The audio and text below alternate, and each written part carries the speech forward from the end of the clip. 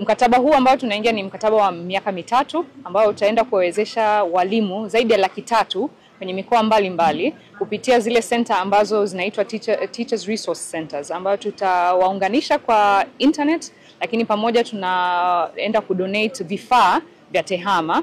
Na jua hapo pia kushirikiana na taasisi ya elimu na wizara pia kuwaongezesha ujuzi walimu hawa. Tafiti zinaonesha ya kwamba walimu wengi wako tayari kupewa motisha kulingana na matokeo ya kujifunza ya watoto wao.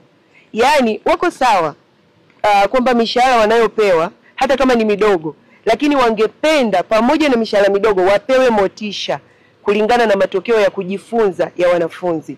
Kwa hiyo wanatambua kabisa kwamba mwalimu anayefanya kazi kwa bidii anapaswa apewe motisha. Tunatarajia kwamba walimu hawa wataweza kupata vifaa vya kujifunzia mbalimbali, online learning materials, vitabu, moduli mbalimbali bila gharama yoyote, na hii itasaidia sana katika kuwawezesha kumudu kupata ujuzi ili waweze kuinua kiwango cha ufundishaji na ujifunzaji kwa wanafunzi wetu. Tumezindua sera mpya ya elimu, tumezindua mitaala mipya.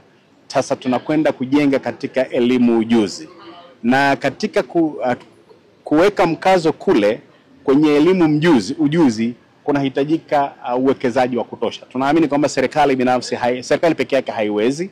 Kwa hiyo wadau wanaweza kuchangia katika jitihada za serikali katika kuhakikisha kwamba haya mabadiliko haya yanatekelezwa kikamilifu.